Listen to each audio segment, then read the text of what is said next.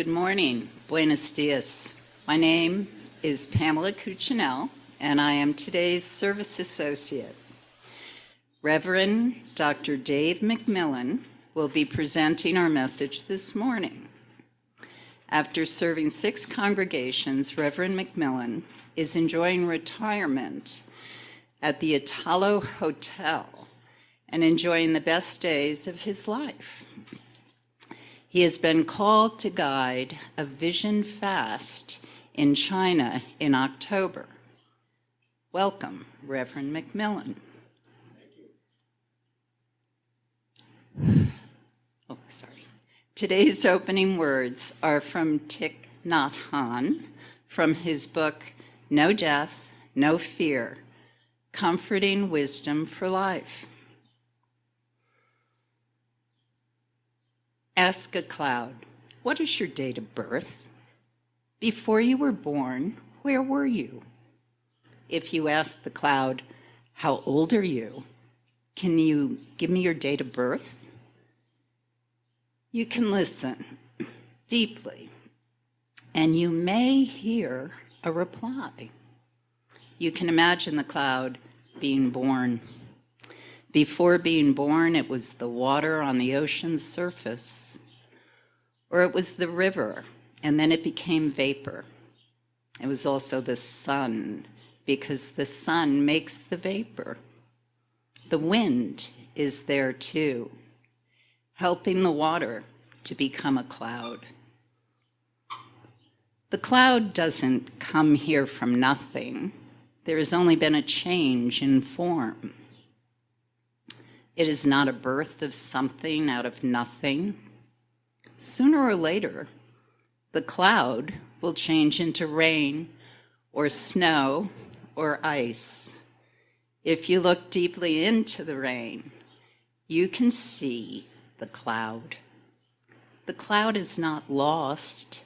It is transformed into rain, and the rain is transformed into grass, and the grass into cows, and then to milk, and then into the ice cream you eat.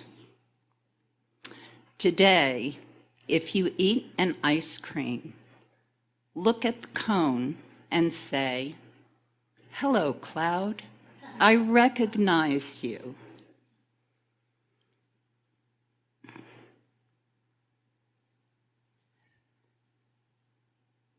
Our announcements were on a slideshow before the service and were also sent out by email yesterday with the order of service for today.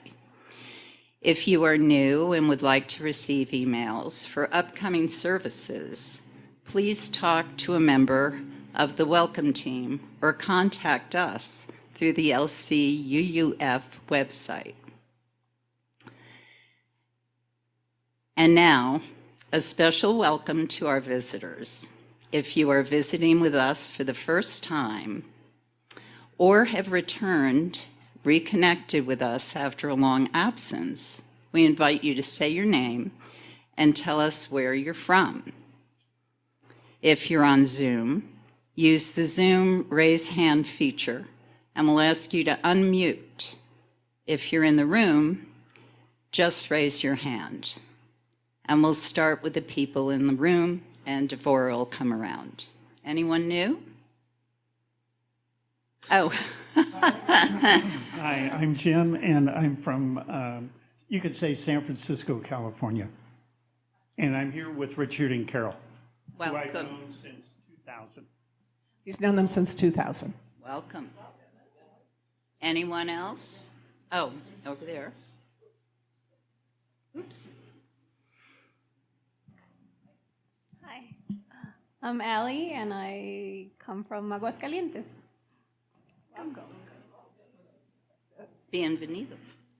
Anyone else? No. Okay, now let's switch to those on Zoom. Is there anyone new with us on Zoom? I don't see anyone new. Okay, thank you, Colleen. And just a brief note, We offer a wide variety of services on various topics presented by our members, outside guests, as well as our minister, Reverend Matt Alsbaugh. We hope you will return to sample this variety of thought and belief. There are many ways to be of service to LCUUF. Our time, treasure, and talents are all necessary components to a healthy fellowship. Now is the time in our service when we ask you to share the gift of treasure through pledging and donations. Instructions for payments to the fellowship are on a slide during the announcements before the service every week. For the people here at the fellowship, we'll pass a basket. If you're new here today or are struggling to hold things together, let the basket pass you by. Your presence is more than enough and is a gift to us.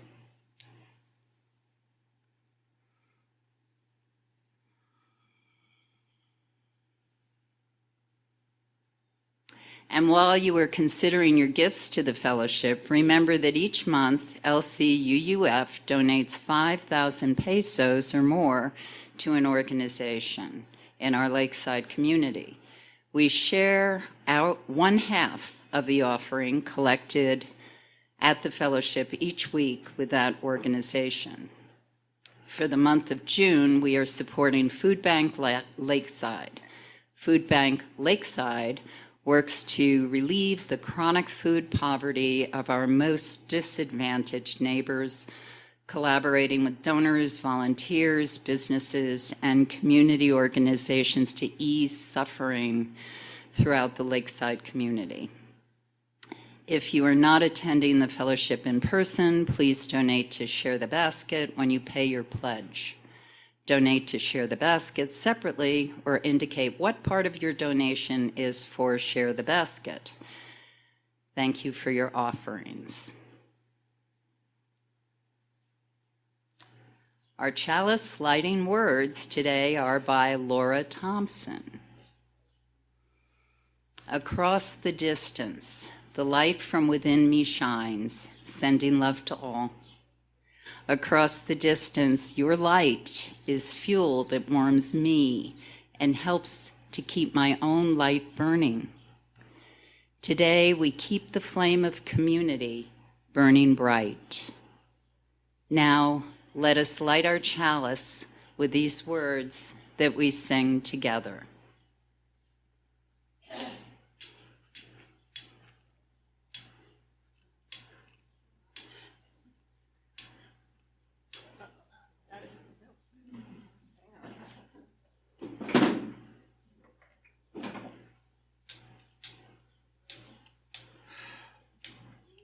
It's so hot here, we could probably just breathe on it. Rekindle this light in celebration for the life that we share. Our opening hymn is number 301, Touch the Earth, Reach the Sky. Please rise, embody your spirit, and join us in singing. Touch the earth, reach the sky, walk on shores while spirits fly, over the ocean, over the land, or fade in the west to understand. Touch the earth, reach the sky, children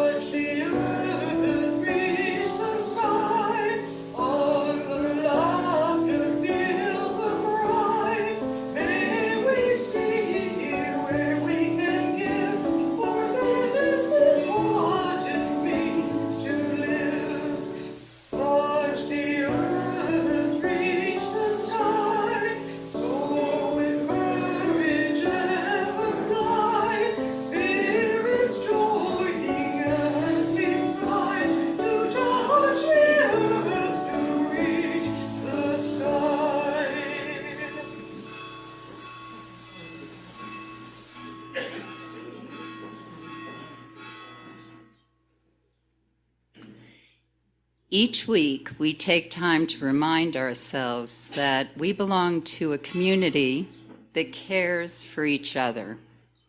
The sharing of joys, sorrows, and milestones is one way that we practice holding one another in community. We speak what is in our hearts, speak sharing any significant joys or sorrows in our lives because there is power in the sharing. We will start with the folks in the room to give those on Zoom a chance to type joys or sorrows into the chat and to be read out loud by our Zoom host, Colleen. So joys. First, let us recall the joys. Whatever you may be celebrating, whatever evokes a feeling of joy or peace for yourself or others, are there joys that people would like to share here in the room? And I see Richard. I'm Richard, and it fills me with joy to be able to be back here with all of you. I'm recovering. I'm still only running at about half speed, but that's enough to be here today.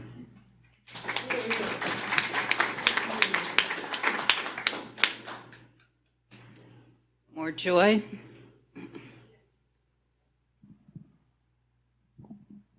Thank you, Carol. I am David, and 33 years ago, my son was born, and it's a great joy to me.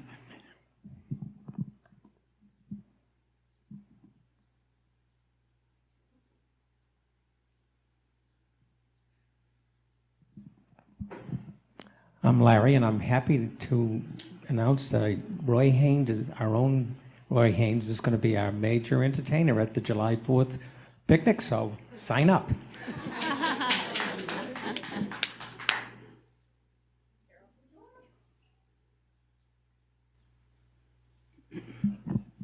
So my joy is that my son and my youngest daughter are arriving on Wednesday. They're going to help me celebrate my mom's 100th birthday on Saturday. They're here for a week. And this is an open invitation, and it's kind of weird, but I would love as many people to come and say happy birthday to my mom. She's at number 56 Juan Alvarez at La Paloma, which used to be a B&B, anytime after 3:30, and there'll be music at 4. So if you want more information, just ask. Any other joys? Are there any joys on Zoom? Yes, I have a number. From Kathy Coaches, she says, joy and thankful for the friends who helped us move boxes yesterday. We asked and many answered. From Frederick, it is wonderful to catch up with my older brother and sister, meeting my nieces, cousins, and old friends in Budapest. I will be back to Ahi sometime rainy season, which I see you are finally reaching. Best wishes from Hannah. And we also have one from Heather Wilson, who says, I am beyond grateful to LCUUF for the love, support, and fellowship. I am in awe that the doctors managed to pull me through. So very grateful to all involved. That's all. Thank you, Colleen. Now let us voice our sorrows. Whatever you or the world may be holding that is in need of our healing and caring thoughts. Are there any sorrows that people would like to share here in the room? I'll go first. I'm going to light one candle, but it's for two sorrows. One is some of you may have met Susie and Jeff, who have been coming since maybe February. Susie has been in the caregivers group along with several other of us, and her husband Jeff passed on Friday night. So I'm lighting a candle for not just Jeff and safe passage, but for Susie as she again navigates this part of her journey. And 2 hours after I found that out, I found out that a longtime good friend who lives in Maine, the doctors gave her 6 months and she made 5 days. So I'm lighting one candle for the three of them.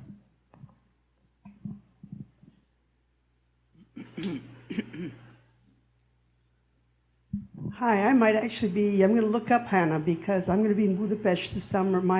Unfortunately, one of my very dear childhood friends just lost her husband to a heart attack. They've been living all their lives in Budapest. It was a very hard time during communism. A lot of what I think is the stress on their lives contributed to an early death.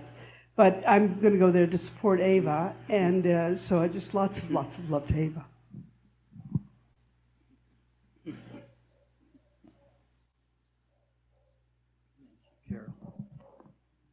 I am David, and about a month ago, on a visit from my son, we experienced a misunderstanding that remains a very painful conflict that remains till this day.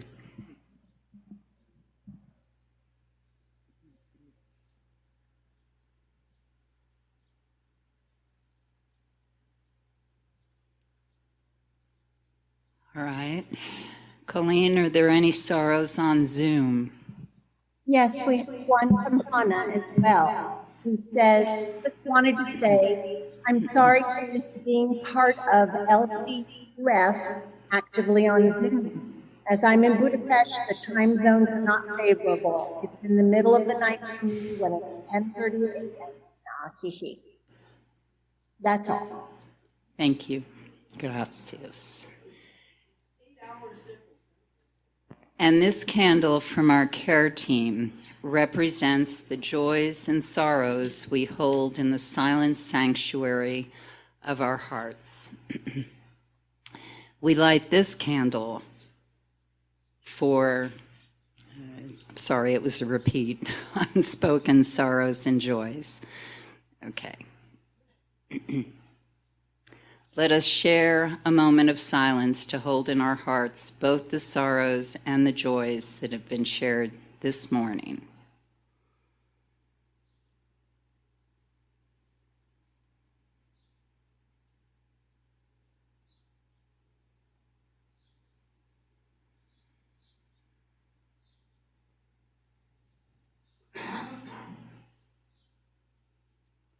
And now, we bring in Dave MacMillian, Reverend Dave.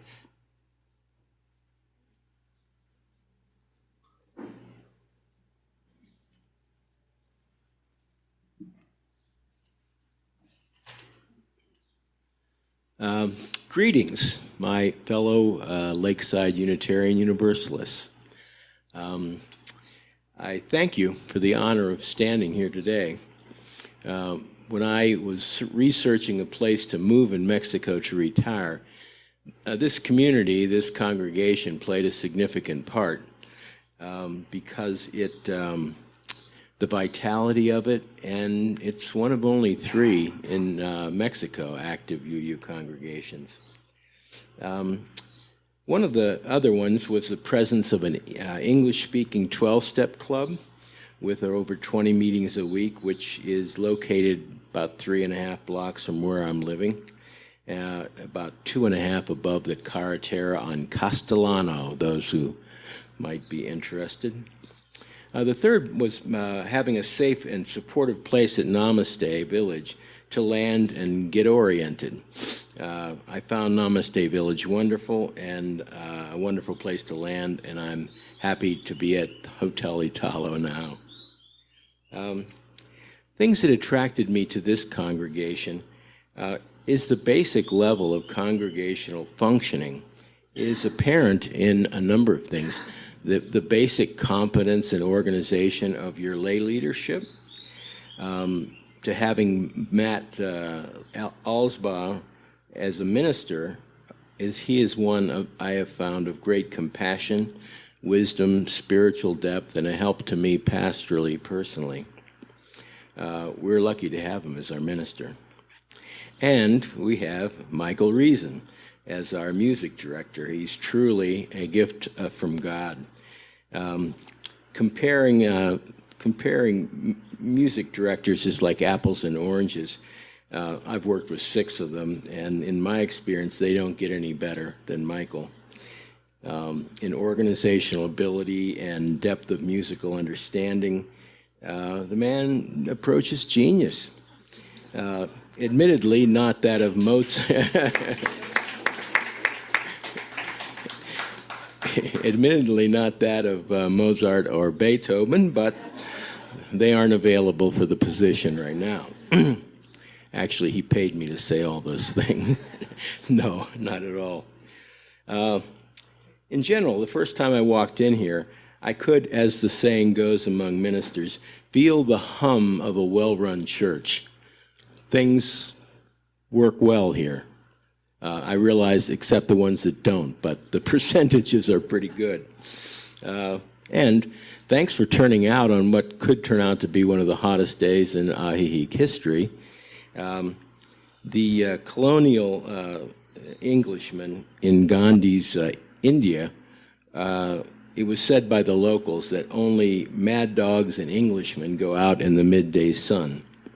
So during my sermon, I hope to not hear any barking or growling and take any dog fights out in the street where we might attract some new members. In my opening story entitled The Princess and the Magician, the magic involved might best be understood as beginning to live life within the mysteries of grace and God, of living into the reality that much of our life is out of our control and beyond our comprehension and cannot be foreseen. One of the places where I have found a helpful understanding is in our founding documents of our Unitarian Universalist Association of Congregations, where we have listed 7 principles and 6 primary sources. While they are not listed as being about God and grace, they have served that purpose for me. It states, the living tradition we share draws from many sources. Direct experience of that transcending mystery and wonder affirmed in all cultures, which moves us to a renewal of the spirit and an openness to the forces which create and uphold life. The bell rings on time. The story of the princess and the magician is a story of the prince's passage toward living in that direct experience. With that said about magic, we begin our story of the princess and the magician, which, like all good stories, begins once upon a time in a land far away. There lived a princess who believed in all things but 3. She did not believe in islands, she did not believe in princes, and she did not believe in God. Her father, the king, had told her that these things did not exist, and since in her father's realm there were no islands or princes or any sign of God, the princess believed him. But one day she traveled to another realm, where off every shore she saw islands, and on every island troubling creatures that she dared not name. And while she was looking for a boat along the shore, a man approached her in full evening dress. "Are those real islands?" the princess asked. "Indeed," said the man. "And those strange and troubling creatures?" "All bona fide, princess." "Well, there must be a God." "I am God," said the man in full evening dress.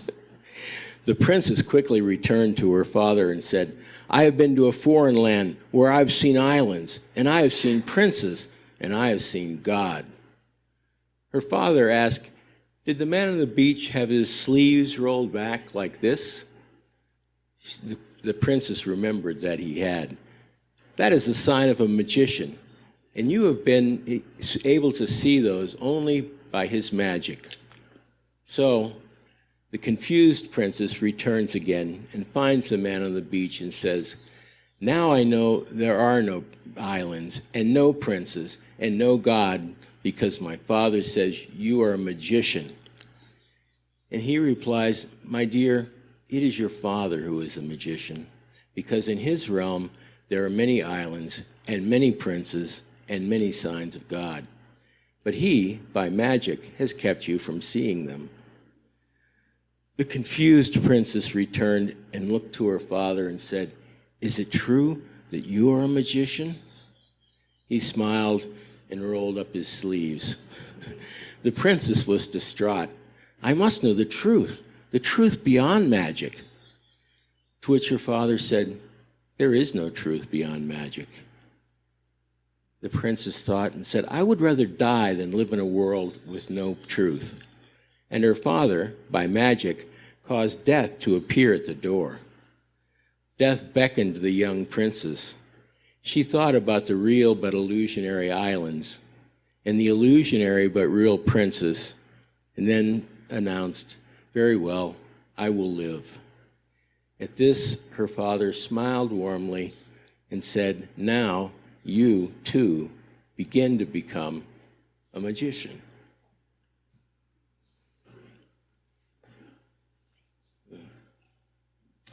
This morning, I hope for us to develop a better understanding of the many kinds of passages that are taking place in our lives all the time, many of which we may be unaware.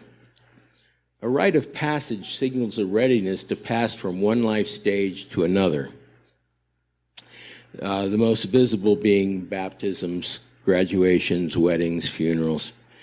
But other life passages can also be marked by rites of passage, whether to conceive or abort a child, whether to start one job or career, or to leave them and begin another one, to propose marriage or a divorce, to make a geographical move, whether across the world or across the street.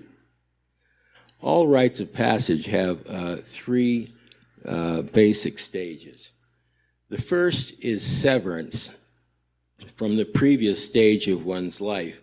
This is accomplished by a number of ritual actions. The second is called the threshold, and this is the time of solitary time in the witness in which transformation takes place. The third stage is called incorporation, which means literally that having come through the threshold, we take on the new body. We incorporate the new body. Let me give you a simple example of severance in a rite of passage. Hold on a second. The committee was kind enough to leave this glass of vodka up here for me, and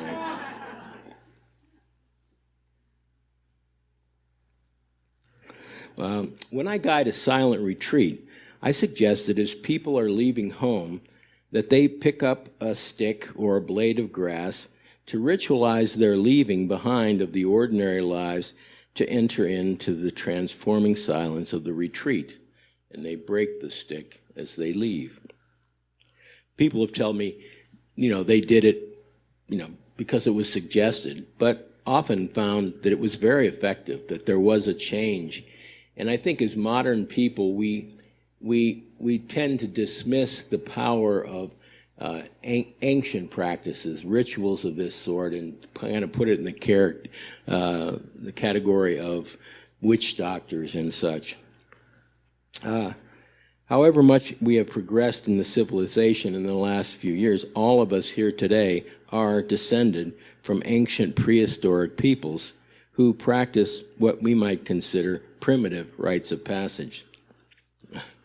To this day, there are tribes in Africa whose practice is when a boy reaches adolescence, men from a neighboring village dress up in frightening masks and costumes and come over and drag the boy, kicking and screaming, from the arms of his mother, who, of course, is in on it. And she wails and begs the men, and nonetheless, he's taken away to a place where he undergoes his ordeal and returns as a man. I don't recommend this for your own children, but sometimes we wish we might.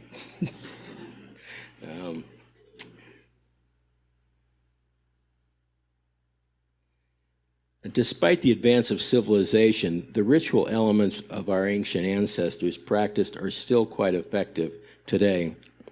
We moderns tend to have a point in human evolution where we somehow disconnect from our knowledge that we are, after all, a direct genetic descendant of the cavemen, all the way back to the first living cells that emerged from the primordial ooze.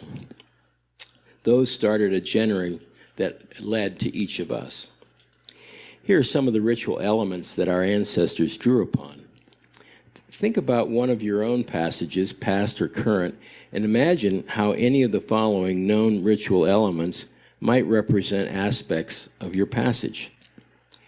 Burying, burning, smashing, changing names, bathing, crossing symbolic thresholds, putting on masks, taking or renewing vows, cutting flesh or hair, heaping stones or aligning stones, chanting, making use of a sacred pipe, singing, being silent, changing clothes, the use of fire, nakedness, and dancing, exchanging symbolic gifts, self-purification, tying and untying knots, smudging, sprinkling, and praying, of course.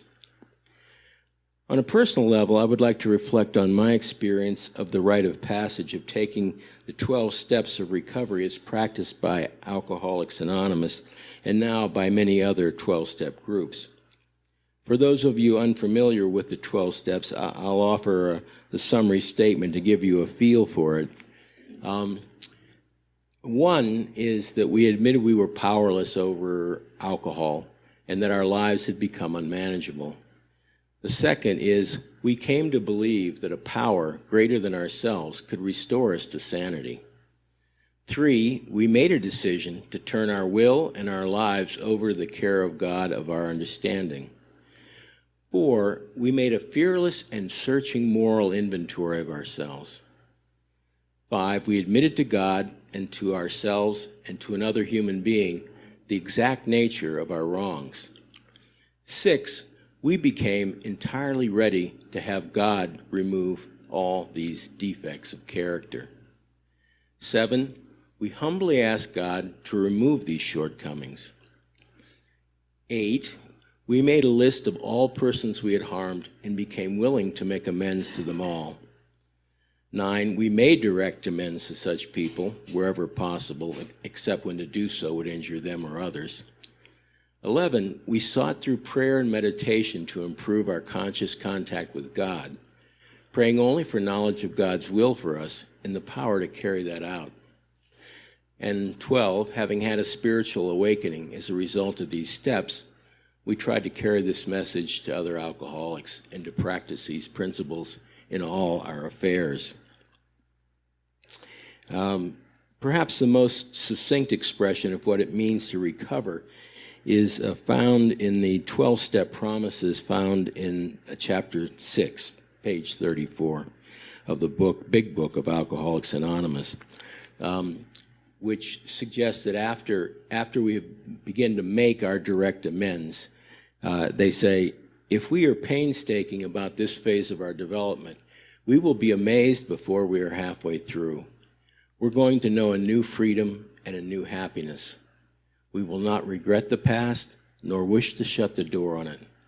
We will comprehend the word serenity, and we will know peace.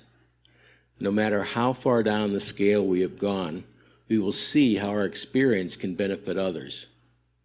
That feeling of uselessness and self-pity will disappear. We will lose interest in selfish things and gain interest in our fellows. Self-seeking will slip away. Our whole attitude and outlook upon life will change. Fear of people and of economic insecurity will leave us. We will intuitively know how to handle situations which used to baffle us. And we will finally realize that God is doing for us what we could never do for ourselves. Are these extravagant promises? They say, we think not. They are being fulfilled among us, sometimes quickly, sometimes slowly. They will always materialize if we work for them. Now, my subject of choice is food, and I've been in Overeaters Anonymous meetings since '81. But there are very few OA meetings around compared to AA, so mostly what I've done is go to AA meetings which use the same 12 steps. And I have seen these promises come true. You know, people who come in and are, you know, crawling in, as they say, with their ass on fire, and through the working the steps, you know, I remember once a friend of mine in one of the clubs was giving, you know, his story, qualifying, and there was a bunch of first-time newcomers, and then there was a group of, you know, the old-timers. And this guy, you know, describes, when he hit his bottom, I was living in a shack out in the woods that someone had abandoned, using railroad lanterns for light and Kentucky Fried Chicken buckets for a bathroom. One day, I went to a monastery across town, pulled a knife on a monk, forced him to take him inside where he stole the communion wine and broke into the communion box. So at this point, from the newcomer, there's an audible gasp goes up from the people. Meanwhile, the old-timers are you know, clapping. And you know, the guy, it took a minute, you know, he was far enough along, he didn't quite get what the gasps were about, because this is all 10 years ago, and he is, you know, now happily married, has a couple kids, and has just been made director of buildings and grounds at a small college, which may be the most responsible position on campus. And all of that, he says, through the grace of God and the 12 steps.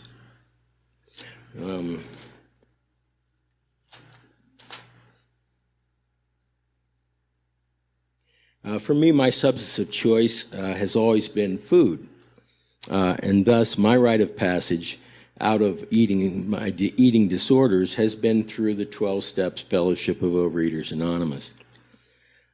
Like most of us in the throes of various addictions and compulsions, my disease began with early childhood traumas. In sharing the following story, please rest assured that I've had decades of work coming to a deep peace and understanding of things. Hearing someone else share their hard story can sometimes open the way for other people to begin their hearing. I grew up in a western Pennsylvania steel mill town, the son of an Episcopal priest and a registered nurse. 99% of the time, my mother was the most nurturing, loving cornucopia of care and giving to me as a child. When she was in her manic phase, she would freak out and beat me as a toddler, repeatedly, until one day my father came home from work and found welts up and down the back of my legs where she had beat me with a coat hanger. Well, he put his foot down hard and heavy and got her into therapy. But by then, you know, the trauma had been done. It was to such an extent that I had no memory of these things until I was in my early 20s working with a psychologist. By which time I first became anorexic, weighing about 30 pounds less than I do now. I looked like Auschwitz with a tan, is what I looked like. Like many anorexics, I found my compulsive overeating made it impossible to maintain my skeletal dysmorphia. And so through my 20s, in the 1970s, I became bulimic, having daily binge purge cycles almost every day. After working the first 5 steps in 1981, while I was in seminary, I had my last bulimic episode in June of '82, over 40 years ago, thank God. Bulimia is perhaps the most highly effective form of weight control. And I discovered I could have my cake and eat it too. Like many practicing bulimics, when I stopped practicing, I experienced a rapid weight gain. In my case, going up to 263 pounds. To give you some idea what that looked like, I'm now about 150 here at the podium today. But now, as they say in the OA Fellowship, through the grace of God and the Fellowship of Overeaters Anonymous, I've been able to maintain a 100-pound weight loss for almost 20 years. And more important, I don't, if you know or have experienced a compulsive eating disorder, life is a constant experience of thinking about food. When's the next? Where am I going to get it? How am I going to fix it? Will people see me? Da da da da da da. I mean, and it really, and it's just constant. So in my recovery, the most important thing is I just don't think about food that much anymore. The weight I've lost, it just came off almost effortlessly, or the effort was aimed at working the 12 steps, and the loss was a byproduct. A few minutes after the service today, we will have a time for what the UU Fellowship of Santa Cruz County calls Talk Back, when people will be invited to ask questions or take a minute to share briefly of their experience of a significant rite of passage. That would be a minute, as in 60 seconds. So do feel free to come and join. I don't know how long after. Where do we have those? Where? Here. So you come back here. Often, we don't identify with addicts, but almost all of us have something that we wanted to stop, or we wanted to start, or we wanted to give up, and we just weren't able to do it. And it's maybe hard to view ourselves as addicts, but if you take, a heroin addict, and heroin addicts are where generally we understand addiction most directly, and an alcoholic, and a coke addict, and a sex and love addict, and a commercial spender, all those compulsions. Put them in 30 days of detox, and then bring them out and put them at a table, and with their substance of choice right in front of them. And the thing that constitutes addiction most centrally is the inability to stop themselves from picking up their substance of choice. They may have been telling themselves for years that they have to stop this. They've lost their job, their family, their friends, their health. They end up under a bridge where they start losing fingers in the winter, and finally they die an alcoholic death. But each of these people lined up on the table, we could well put ourselves at that table, because the essence is, whatever it is, it's our inability to stop ourselves from reaching for our substance of choice, regardless of what it is. And the essence of addiction is that moment when we cannot stop ourselves from doing what we had sworn we would never do again, that we had to stop, I believe, I don't know that I've ever met anyone who didn't have something like that going on in their lives.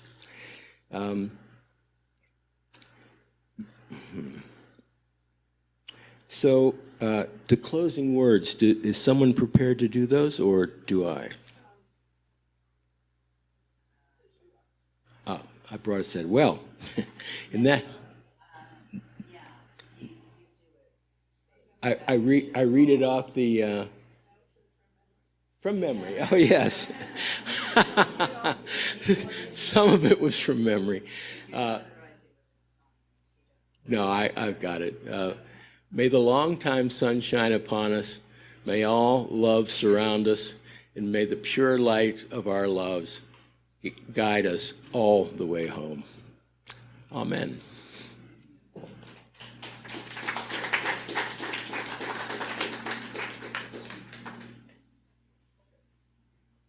Thank you so much. Let us extinguish our chalice with these words which we read together. We extinguish this flame, but not the light of truth, the warmth of community, or the fire of commitment. These we keep in our hearts and share with all the world.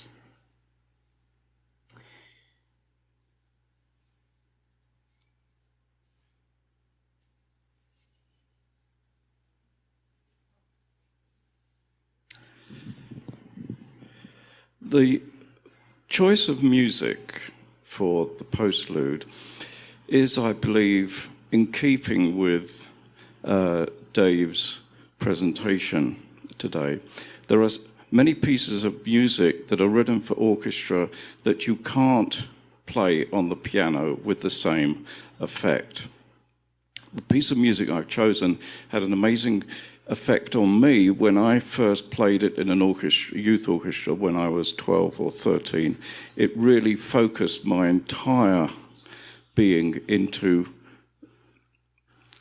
having a love of music that has stayed with me throughout my life. And it was a real transformation, and I remember it distinctly. But also, from the composer's point of view, the piece is Nimrod by the British composer Edward Elgar. It is from a much larger piece called Enigma Variations, in which every variation on a theme represents one of the personal friends that he knew. This particular one refers to his good friend and somebody who worked for Novello, a publishing company in London. And at the time of this composition in 1899, Elgar was really an unknown composer. He had written quite a number of things, but nobody would publish his work.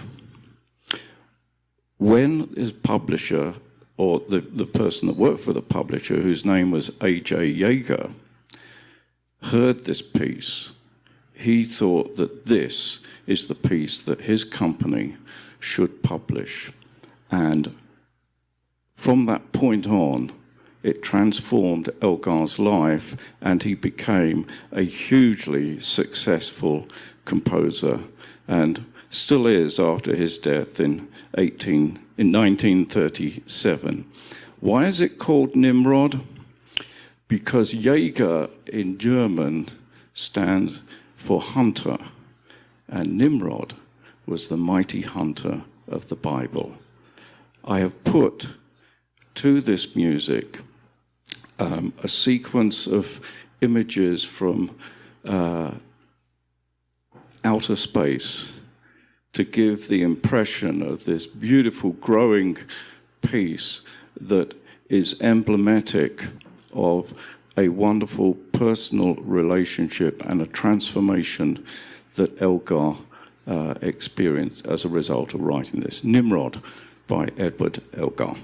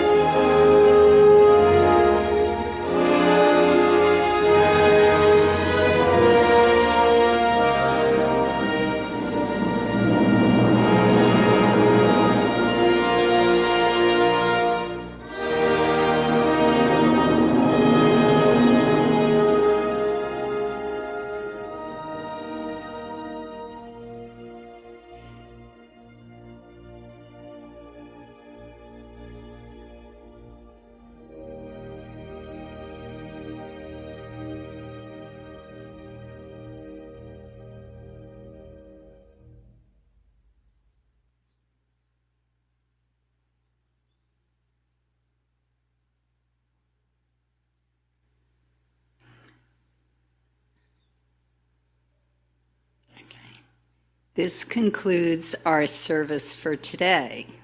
Our worship is over. Our service begins. Go in peace and with purpose.